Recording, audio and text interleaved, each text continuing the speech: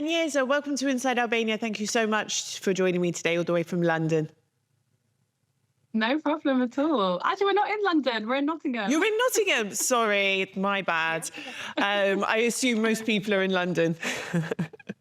Yeah. How is it being on MasterChef? MasterChef is like a British institution. Like, it's something I grew up with. I think is it older than me? Almost. Like, how is it being on such an amazingly well-known and high-profile show? You know what? It's actually a dream come true. Yeah. I grew up with the program as well. I've watched it since I can remember. Yeah. So for me, it's just like the craziest thing that's ever happened to me in my life. I can't quite wrap my head around it still, probably. So, okay, let's go back a bit. So you were born in Albania, but then you moved to the UK. Tell me a bit about sort of your early life in the UK and then the story leading up to you ending up on MasterChef. Yeah, of course. So I came to the UK with my family when I was 4 years old, just about to turn 4. And to be honest, we moved around quite a lot. We lived in Bedford for a while, and then my family moved to Somerset just to follow kind of like work. They worked in factories and warehouses, and there was a lot of work in Somerset to them. So I grew up most of my child to like teenage life in Somerset. Where in Somerset? Where there's not. In Bridgewater, Yeah. A town called Bridgewater, Somerset. And to be honest, it wasn't like those years that I lived there, especially in the town that I was in. We were kind of the only Albanian family that we knew of in that area. So I grew up in a very kind of like English-focused place. It wasn't very multicultural whatsoever. And then when it came time for me to go to university, I thought, I want to live in a city. I want to live somewhere that's got a lot more going on, because my town was just so small and there was nothing really to it. So I moved to Nottingham, and that's where I studied. And it was such a culture shock. I just didn't realize England had so much to offer in terms of diversity. It was the place I got to make so many friends from different backgrounds, different cultures. And that was just a real eye-opener. And especially in terms of like food and cooking as well, because in my little town, there was like an Italian restaurant, an Indian restaurant. That's pretty much it. Whereas Nottingham has such a diverse food scene that it really was the first time I got to try a lot of cuisines that I never really experienced growing up. And then obviously when I was a student, I got a job as like just like a little part-time job as a waitress. I worked at Rub Smokehouse, like this kind of American style smokehouse area. And then I stayed there for a bit, and then I moved and I was a waitress at Rev de Cuba, which is like a really fun, like cocktail Cuban food, really vibrant place. So that was like my first kind of like, I want to say like a little dabble into the food industry, because you really do get involved with like the menu and understanding the flavors that we were offering customers. But then obviously uni was up. My time being a waitress was up, and I had to kind of find my big girl job after uni. So I kind of started hunting for more kind of corporate avenues. And that's when I got my job. My first kind of like job was just a generic customer complaints handler for like a credit card company. And then I always had ambitions, because I studied law, and I did a master's in corporate and insolvency law. So I always had this mentality that I was going to work in financial crime. So as soon as I got my first kind of corporate job, I was like, okay, I'm going to work my way up here and try and get to where I want to be. So that's where I ended up being the money laundering investigator that I am now. And then I just put cooking to the side for so long. I was just so focused on career and working and getting myself set up in life, that it really was on the back of my mind. It was just something I did to feed myself, nothing more. And then as soon as I got a bit settled, I guess, in the corporate world, I was like, okay, I'm pretty comfortable now. I'm pretty happy with what I've achieved. I feel like now it's time to kind of explore my like inner passions a bit more. And I would always post food on my social media, on my personal account, what I was making for dinner. And people would always reply to me being like, this is insane. Like, how did you do that? Show us how to make it. And I was like, you know what, maybe I could do that. So that's when I opened like my TikTok and my Instagram pages. And I would constantly be posting videos, not very consistently, I must admit. I feel like I could have been a lot more consistent with it. But it was just still something I did on the side. It wasn't any income for me. So it was just something that I did as a hobby. And then as soon as I really started getting a bit more traction on my pages, I started to think to myself, maybe I am quite good at cooking. Maybe I could actually do something with this. And I was just watching MasterChef one day, and it was on the back of me launching my Instagram. And I was watching some of the dishes they were cooking, and I thought to myself, I know I can make that. Like, I could make it. I was like, I could do better, actually. And I was like a moment of confidence that just caused me to like, it had an advert at the end of the show that I was watching saying, apply for next year's MasterChef. And I was like, you know what? Yeah, I'm going to do that. So yeah, absolutely. And that was the start of everything, I guess. You know, it's funny. One of the things I miss most about the UK, well, one of the only things I miss about the UK, I don't miss much, is the access to like all the different types of food. British food, in my opinion, is not that great. But I really miss having access to world cuisine. You know, sometimes when they invite me for interviews on TV here and they say, what food do you miss most from the UK? And I'm like, oh, good Indian food or Nepalese food or Lebanese food or, you know, decent Thai food. I miss having that, you know, street food from different cultures. And because, we have Indian, Chinese here, but it's not the same, really. It's a shame. I miss it. No, absolutely. I feel like it's funny, isn't it? Because isn't like the most popular dish in England is a tikka masala? Yes. And I think that just speaks for like the culinary world in England. That just love embracing other cultures like cuisines. Like we love it. I don't think anyone in England will say that like fish and chips is their favorite food. No, like it's nice. I went with my husband to the UK. It was his first time there, and we had fish and chips, and he was like, well, it's nice, but it's just sort of beige, really, isn't it? Nice. It's not like, wow, you know, that pie and mash was just incredible. Like, it's nice. I'm not hungry anymore. You know, it tasted good, but it's nothing to really rave about, you know. So when they called you and told you, you know, congratulations, you're going to be on the show, what was your reaction?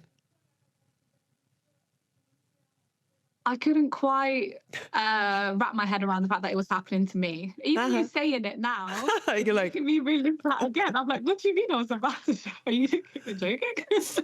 It was an insane feeling. It was really weird because there was an audition and there was a series of phone calls and interviews and questions and follow-up. And there was a lot of background until I got the phone call that said, you will be on the show. And when I got the call, I was just at home by myself. And I got off the phone and I was looking around my living room. I was like, I don't know what to do with myself. Yeah. There's nobody here for me to like scream at, so I just started like jumping up and down. If the neighbours saw you through the window, they'd be like, yeah, she's lost it, you know. Yeah, it was like 5 minutes of pure overwhelming excitement and like pride. And then the rest of it was like the fear just instantly kicked in. I mean, like, 2.2 million people are going to be watching you, you know? Exactly. I was just so fearful that I'd like got myself in deeper than I probably should have. Because in the application, I was like, okay, there's thousands of people that apply. Like, to be fair, one of the things that I did to kind of like differentiate myself to everyone else was I honed in quite a lot on the fact that I've never seen another Albanian contestant on the show. I've never seen Albanian food on the show. I said I could bring like a breath of fresh air, I guess, because we do get the same kind of cultures represented over and over again. I was like, let me just try. I'll do something different for you. And also, so I think maybe that's what made it stand out. And also, the British media is not particularly kind to Albanian people, and the British government. Like it can be horrible. And I think it's nice. It's really good to have such a positive representation of Albanian culture on TV. You know, this is really important, especially at this time when, you know, the media and politicians are really trying to drum up hate against this group of people, like they did before with Bulgarians, with Polish, with Serbians, you know? So I think this is an important part of it. Do you see an element of that in your participation as well? Like, I really want to show, you know, the truth about Albanian people and culture and food. Yeah, absolutely. I feel like I consume quite a lot of media. I'm quite, I've always been very on top of it with like social media, the latest programs, films. And every single time, not every single time, 98% of the time that we see Albanians represented in media, it's very rarely for something positive. It's only really happened recently that we've had more positive representation, I guess, with the likes of like Dua Lipa, Ria Ora, I forgot her name, but the lady that's behind the AI Mira creation, Moratti, like Lea Yupi yes, as well. exactly. And like it's only in these last couple of years that that kind of positive kind of association with Albanians has come. And I was just like, that's a nice start, a nice trajectory for us to actually associate ourselves with some of the amazing work that we do around the world. Like obviously not just cooking wise, but in music, in technology, in business, because so many Albanians that I know are such hardworking people. They work in amazing professions, like policemen, marketing people, accountants, lawyers. Like the people that I know in my social circle, they're all such hardworking individuals. That is so. It's difficult to always see your country linked to the negative things when you know there's so much beauty and like hardworking people behind the true like community that we have. Have you had any, I mean, what's the feedback been online and from people you know? Have you had any negative comments from people who don't know any better? And what has the response of the Albanian community been like? It's been a real mixture all round. I kind of anticipated some of it, but not all of it. Like I feel I wasn't really anticipating people being so interested in my job. And I was like, I just thought that would be like a fun fact about me. I didn't think it would be kind of like a lot of the backing behind the comments and things that I've been getting.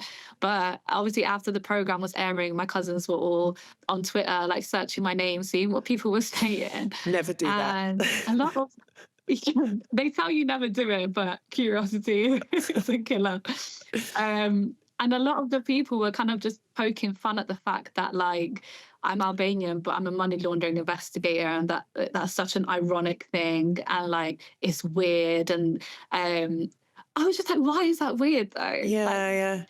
Like they're only saying it's weird because they're associating Albanians with being like criminals, as the UK media likes to portray. So the fact that I work in a department that's dedicated to like catching money laundering and reporting it to the government, they find it to be like this conspiracy or ironic or something. Some people were like, oh, they've got an inside man. And I was just like, what do you mean?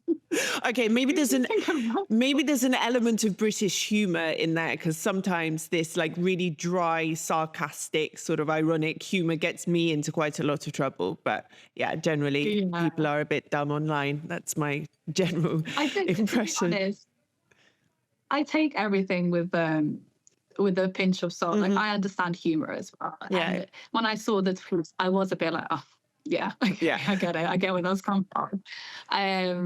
But it just kind of like circles back to the point that I was making, that's what we're associated with. So people just find it odd that you're not that kind of person and you're breaking the kind of like image that they have of Albanians in their head. But I like that. I like that it's causing a bit of like conversation about that. I think that's a really good thing. It's been so like overwhelmingly like prideful to see a lot of Albanian women especially actually commenting on my video being like, oh my God, like your job. There's people that's messaged me being like, how do you get into it?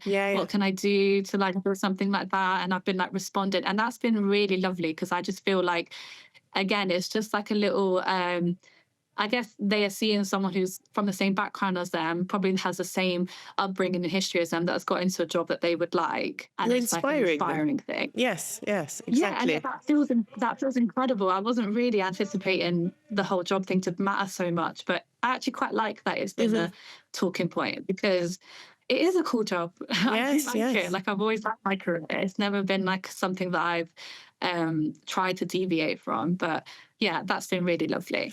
The rest of the kind of like responses, I guess, aside from the job, the other most common comments that I get circling around is the way that I made the traditional Albanian dish on the show, because everyone is so opinionated as to how it's Oh my God, made. tell me about it. I've made like lakro, barek, fazule, grosh, and when I put clips on my social media about it, it's like war breaks out. No, you should do this. No, you should do that. You've done this wrong. No, you have to put this in it. It tastes better with that. That's not how I do it, blah, blah, blah, blah, blah. And I'm like, everyone has their own way of doing it, you know?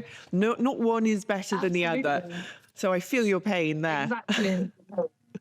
People are so kind of like prideful, I guess, about the way that it's cooked. And the way that I did it was not the traditional way. And I've said that in the comments, like, everyone's like, this is the traditional. I'm like, yeah, I know. Like, I've given it my twist. Yeah, it's based off the way my mum made it for me, and it's based off the way that I enjoy eating it. And obviously I had to take certain things into consideration, like the time we get to cook it. So the way I would traditionally make it at home, I wouldn't really make it. What was it you made? That I made it.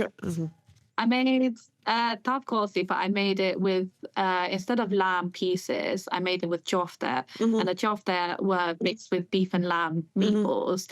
And that was purely to account for the fact that we had an hour to make 8 plates of food. And slow cooking lamb and getting it as tender as I want in an hour. I couldn't do it. So I had to deviate. When I heard you say how you made it, I can imagine the comments, you know, like I think I said, I mentioned once that I'd put a bit of garlic in the barek I'd made. And I mean, I may as well have just sworn about Mother Teresa or something, the way people were responding, you know, it was like... But what has the response been from non-Albanian people about the food that you're cooking? Are they curious about Albanian cuisine? Is it well received? Has it inspired them to cook? You know, because this is the message as well. It's sharing a part of Albanian culture. Yeah, like the Albanians that have commented about the tav, like I said, they've commented on the nitty-gritty bits and how they would change it and X, Y, Z. And to be honest, a lot of them also said you should have picked a different dish, and you shouldn't, or some have even said you shouldn't have done an Albanian dish at all because they're not going to get it. They're not going to understand the flavour profiles. But the English community's response to it has been like so opposite and so overwhelming. Like, they've said, oh, it was nice to see something different, and like, that looks interesting, I'd want to try that. Like, a lot of the English comments have been so positive. And they've said as well that you're really brave for representing your culture and showing something completely different on the show. It's really been only positive from the English community in regards to the food that I actually made. Which is funny, because I guess yeah, exactly. And it's the whole tavkosi thing was such a big talking point in my family, because we had to submit the food that we wanted to cook, I think about 2 weeks or so before we actually came into the studio to cook. So they needed to make sure that they had the ingredients, the materials that we needed, everything needed to be submitted beforehand. And I told my family, I'm going to take, like, in the first round, I did a bean dish. And that's what got me through kind of like first to get an apron. And it was an amazing moment. But then I didn't have to cook the second round because I already got through. And then the third round was the round where we had to do 8 plates of food, 4 mains and 4 desserts, or 4 starters and 4 mains. That was the option. And it was the only time in MasterChef that I knew of that they give you complete freedom over what you cook. Whereas like the first round was like a specific brief, and it had to be a specific kind of like to fit a brief. And this time was going to be the only time that they weren't going to give a specific brief. It was just the amount of plates of food you had to cook. And I said to my family, I'm going to take this opportunity to make some Albanian food, because I don't know if I'll get a brief that will allow that in the future rounds that I might do. And everyone was like, don't do it. They're not going to understand it. Like, just cook something that you know is really well received by the English, like Well, like every other contestant, or you know, it's... yeah, they were like, think of the competition. You want to get as far as you can. Just do something that you've cooked 100 times, that you know how to make. Don't try and do something different now because it's too risky. Like, what if they don't understand the flavor? They're not gonna like. And I said to them, I was like, guys, you are my family. You're Albanian. Be proud. Yeah. I was like, I thought you would be the most proud that I would do an Albanian dish, but they just wanted me to go further for like their own like personal. They wanted me to see me succeed, and they were just worried that it was a risky move. Are you planning? And I got what they were saying. Are you planning to stick with an Albanian theme if possible? Yeah, absolutely. I feel like it's weird because my background is so kind of like mixed in regards to the food that I like, but it always comes back to Albanian food. It always, when you come home and you just want something comforting, it's always coming back to Albanian food. And a lot of the TikTok videos that I make, that I show different recipes, or it's always the ones with the Albanian recipes that get me the most views and the most comments and the most traction online. And I feel like I will do other things, of course, because I just enjoy food as a overall kind of like thing. But I will always bring it back down to Albanian food, because that's, I think, what differentiates me and my page and other food creators that might be out there, because there's such a saturated market. I'd love to see like pace on BBC, you know, like a lamb's head in a big pot or something, you know. Yeah. Maybe a bit extreme, but burek on BBC, you know, this is a headline. Exactly. I just want, like, we have a lot of people, including Albanians, will say that we don't have much of a authentic cuisine because it's influenced by the Ottoman Empire, it's influenced by the Greeks, it's influenced by these people. I think that's a bit of a silly thing to say, because I don't think there's any country in the world that hasn't had influence from their neighbours in regards to the type of food they make. Like, I was in Sicily recently, and they were telling me that, you know, sugar didn't exist in Sicily until I think the Arabs brought it over, and that's how they make their granita, which is like their local prideful dish. And I'm like, you see? There's always something that you can go back in history and find it actually originated from. But no one says granita is an Arab dish. They say it's an Italian dish, it's a Sicilian dish. So I think it's the same with Albanian cuisine. Like, you can say that a lot of our dishes are influenced by Turkish or Greek culture, and I don't dispute that. But we still make it in our own way and with our own flair and with our own kind of like style. And I think that should be showcased more, rather than just being so quick to dismiss the fact that we even have a cuisine. But yeah, I think that's really important. I was once, there's an Albanian restaurant in Brussels, and I was there speaking to the owner, and I think he talked to me for about 40 minutes about how trileche is actually Albanian in origin, and the Albanians made it first, and then it went to South America, and then it got brought back. 45 minutes, his whole theory. There we go. I would love to hear that 45-minute conversation. We actually filmed some of it for an interview. My editor was like, I don't know what to do with this, you know? But he had it all laid out, you know, very specific timeline of how it happened. So, yes, I think you're right there. Now, what's next for you? I mean, aside from the show, what's next for you and your cooking? I really want to hone in and take especially my TikTok page a lot more seriously. I want to be a lot more consistent.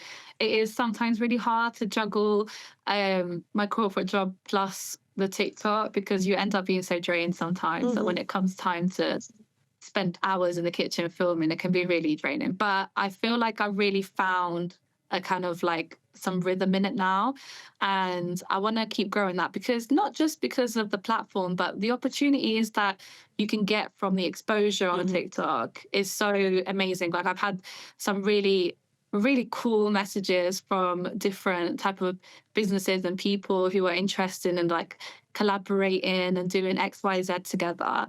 That I'm just like, oh my God, if I keep kind of like going down this road, it could really be something special. Yes.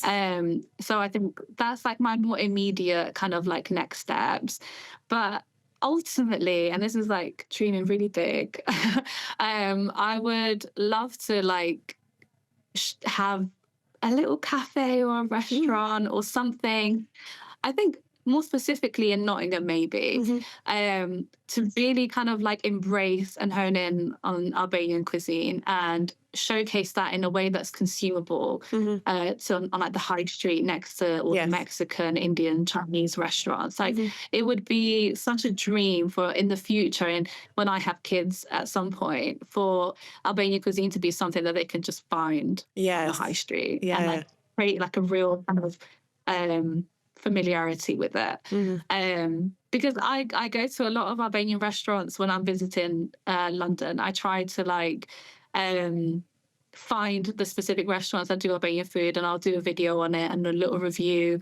But there's nothing really in Nottingham like that. A lot of the Albanians that I know in Nottingham might have like a Greek gyros place, or they might have an Italian, but they haven't bothered to really do anything like that. Yeah, it's more commercial, isn't it? To go down the whole Greek Italian route. But I don't want to be commercial. I want to be different, and hopefully people enjoy it and take it in. And if it works, and that'll be amazing.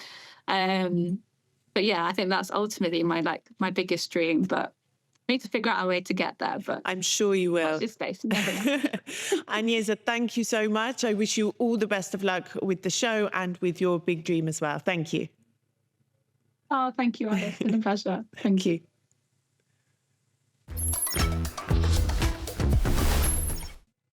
That's all for this week. You can follow Inside Albania every Saturday on Euronews Albania at 4 o'clock, on our YouTube channel, Euronews Albania, or across all major podcasting platforms. If you have any ideas for guests or topics or anything you'd like to see me talking about, you can find me on TikTok, on X, and on Instagram, Alice in Albania. Until next week, Mirë Pafshim.